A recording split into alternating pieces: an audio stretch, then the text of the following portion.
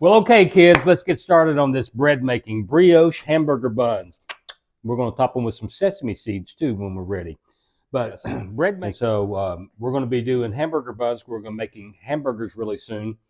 And I want to get this started so that they're ready on that day. We'll probably bake them fresh that day, but we're going to get the dough ready and proofing and all that nonsense. So what we have are standard ingredients. We have eggs, yeast. This is the brand I use that's available to me. The amount of yeast was about 2 of these packets. We have sugar, we have whole milk, and we have a product called amylase, bread flour here, and salt. So the 2 ingredients I have in front of you that are not very common, you may have heard from, is the one we're using, amylase, or a good substitute for amylase, which is the diastatic, how do you say that? Diastatic, yeah, diastatic dry malt powder. Both of these operate in a little bit different ways, but they're both enzymes. Both of them also help break down starches. And so when you add them to bread, what it does, it makes more sugars. The starches get converted into simple sugars, and it makes more available for the yeast, gives you a better rise. These are available on the Jungle River store, but I just wanted to point these out. So we're going to hydrate the yeast first, and I'm going to bring you up close and personal, and we're going to do that. So I'll see you in just a sec. Okay, kids, what we're going to do first, I'm going to add my liquid ingredients. So here's my milk. All the measurements, which are done in grams, by the way. In baking, we weigh things in the metric system in grams for accuracy. These are my eggs. Add those in there.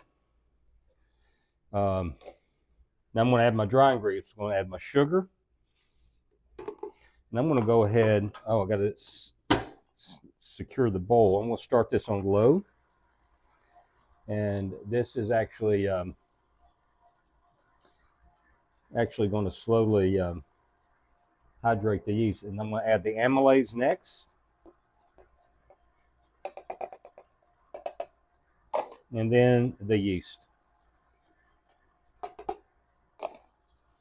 And we're going to let that go for a few minutes, and it'll hydrate that yeast, and we'll get this going. So, all right, I'll bring you back in just a few when we start adding the bread flour, but this will run for, I don't know, 7-8 minutes.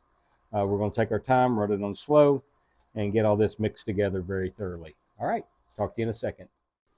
All right, kids, what we're at is that all the sugar and the yeast are now dissolved. And we're going to start adding the bread flour and then the salt. We don't add the salt with the other stuff because the salt will inhibit the yeast. So we want to make sure that the yeast is had a chance to be hydrated, and then we're going to add the flour, and then we'll finish up with the salt. So with that, we're going to do this in small batches. You don't want to put too much in at one time, but we're just going to keep adding. So, all right, I'm going to finish adding this, and I'll bring you back in just a sec.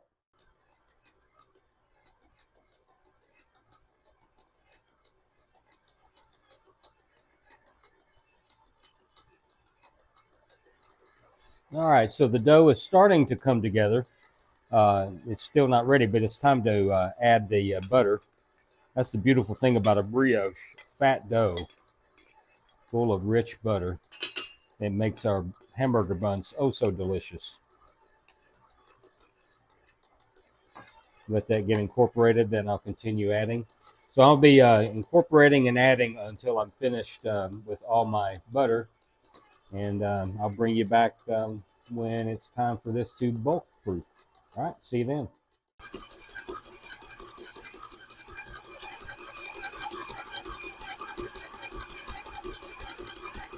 All right, welcome back, my friend. And now we are through kneading. This has been running about 25 minutes, and I'm going to take it down and see if I can release this bowl here. And this is what our dough looks like. So what we're going to do now is I'm going to cover this with plastic wrap. I'm going to put it in the refrigerator for 2 hours minimum and up to 24. And the goal there, remember, this has butter in it, and the friction of the mixing and the kneading of it is it's got this pretty loose. And so we want this cold enough so we can work with it without further melting the dough with the warmth of our hands. So that's what the chilling's all about. So I'm going to get this wrapped and put away in the fridge.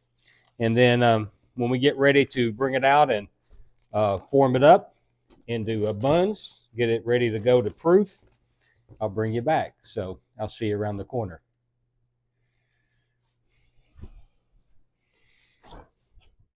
All right, here we go, my friends. And actually, it's the next morning. Good intentions and all, I never did get back to this dough. So it stayed in the fridge now. Oh, let me look at the clock. Probably about 15 hours. As I said earlier, you can leave it in there up to 24. But you can see it's nicely risen. It's fermented overnight. A cold fermentation actually allows it to develop some character and flavor. It's used a lot with sourdough breads. So what I'm going to do now, by the way, all of my surfaces are cleaned and sanitized. Anytime you cook, and I don't talk about this often enough, you need to always clean and sanitize your work surface, especially when food's going to come in contact with it. So this has been cleaned and sanitized. If you don't know where to get a sanitizer, you can make one really quick, about a gallon of water, a little bit of dishwashing soap. I use the one named after my wife. Then add about a capful of bleach and stir that very well. And then you've got your own cleaner and sanitizer in one. And there's not enough bleach in there to really give it a flavor. You can barely smell it. That's used in some commercial kitchens. So I'm going to turn this dough out. What we're doing now, by the way, I made these rings. I'm going to put a link to the video where I got this. It's a YouTube channel called Chef Steps. They also have a site where they teach. It's a test kitchen, actually, co-founded or founded by Chris Young, the co-author of one of the greatest culinary works yet, and that is the Modernist Cuisine. But it is, not only are they entertaining, but they're super informative. So anyway, he's the one that did. If you're going to do a lot of these, you could certainly buy these rings. These are about 4 inches in diameter. So it's going to make a nice hamburger bun, but you can buy them, and a lot of commercial bakeries will do that. But if you're just doing a few buns every now and again, make these up, store these open a coat hanger up, hang them off there, put them somewhere secure. You know how to do all that. So what I'm about to do is I'm going to what's called scale and portion these out. I'm going to do 80-gram buns, and get this scraped out, dumped on the table. I'm going to do 80-gram buns. I'm going to walk you through a couple of them. By the way, if you're a baker at all, and you probably know this already, you absolutely need a digital scale for the kitchen. You can buy those at the big box stores, but it's like anything. Usually the more you spend, the better it is. That's not always the case. But these scales are made for commercial kitchens, and they usually come in a variety. You can weigh it in imperials, or you can weigh in metric. And if you're new to the channel, just let me tell you right now, I am a metric guy when it comes to kitchen. It's a base 10 system, and not base 16, which means you add and subtract by 10. And I graduated from the Saline County public school systems, and I can pretty well do base 10 math up to my 10 fingers, and sometimes in really complicated stuff I'll use my toes, but I can do base 10. Base 16, forget about it. So why am I using scissors, not just pinching off? Well, you certainly could, but remember, we put a pretty good amount of butter in this, and the reason we chilled it down was I was over, sorry, 80 grams. The reason we chilled it down was so that right on the money, was so that we could work with it without the butter starting to melt. And after being in the mixer for 25 minutes, it was pretty warm already. The friction in the mixer had it warm. So we chilled it down, and it should, you see how it's a little bit tacky? That's exactly it. You don't want it sticky. You want it a little tacky. So what I'm going to do now is I'm going to form a ball. So the way I do that, the way I recommend, let me put it this way, the way I was taught is you stretch and fold the under like this, and then when you get that done, you kind of pinch it our school and the school I graduated from, the same thing, has one of the best baking departments around. They are top notch, both breads and pastries. It's amazing. So anyway, I pinched the bottom, and I'm going to put it down, and I'm going to cup my hand. And what I'm doing here is I'm making the surface tension increase by doing this, and I'm tightening up that seal. And then when I get it shaped, I'm going to pop it right here. This is a baking tray, baking sheet. I've sprayed it with cooking spray around the rings. It's lined with parchment paper, and then I sprayed on top of that. So I'm going to do one more, and then I'll finish up while you go get something else to drink, and then we'll continue. But again, 80 grams. Ooh, 2 grams shy. Let me see if I can hit it. Bam. So now, again, I'm just doing it, folding it over. Now, these are really cold. These are going to proof at least a couple hours, maybe longer. But I'm going to continue this. Then I'm going to cover it with plastic wrap.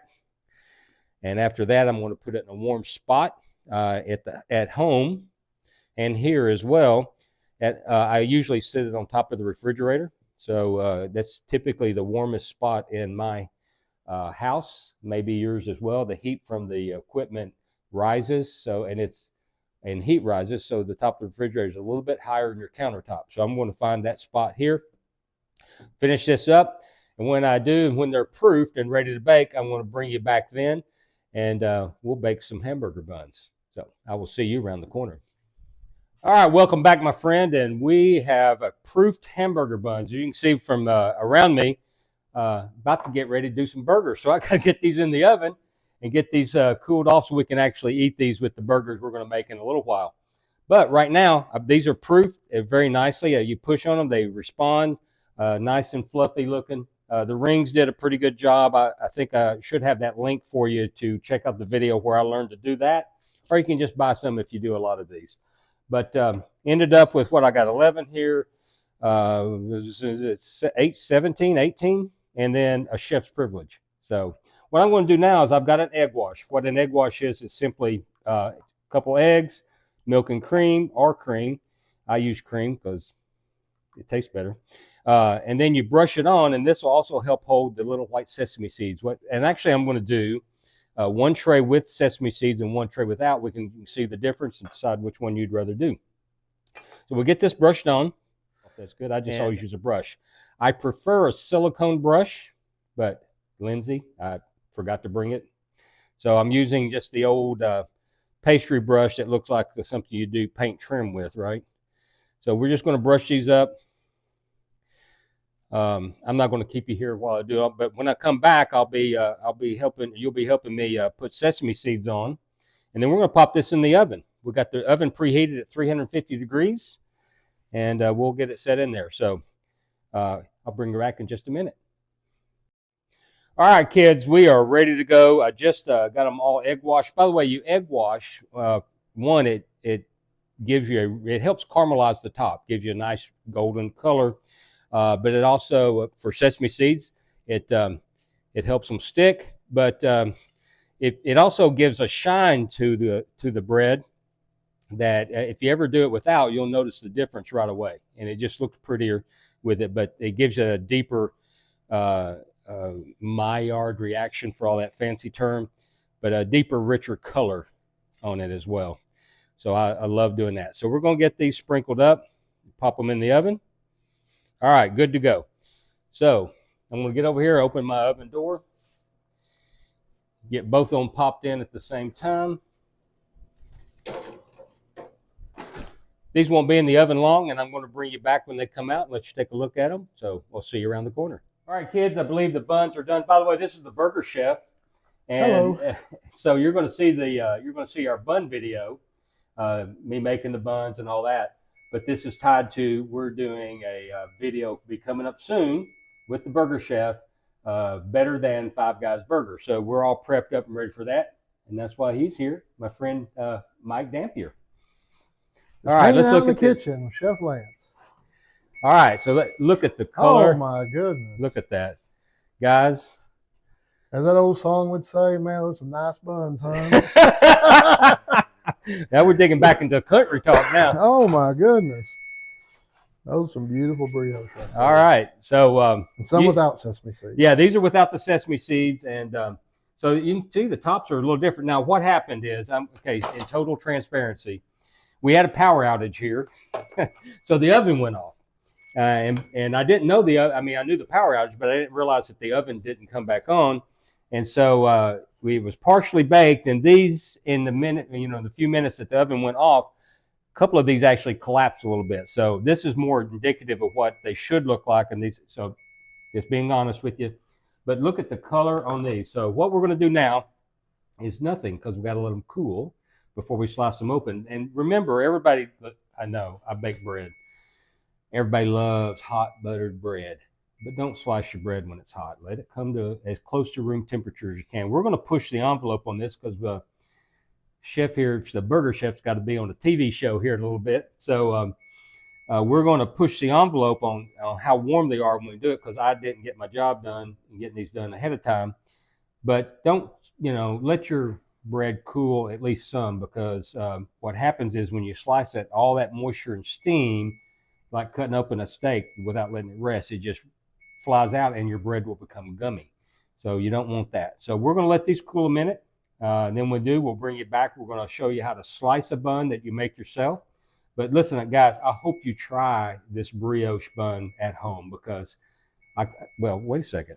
Well, earlier in the show, he did the egg wash, which gives you color, but he was going to put sesame seed on.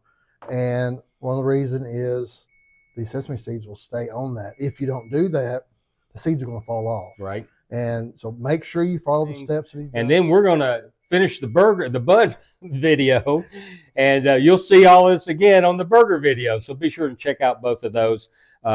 If you're watching this, you've already checked out one or the other. So anyway, be right back. All right. And burgers, buns, and barbecue. There we go.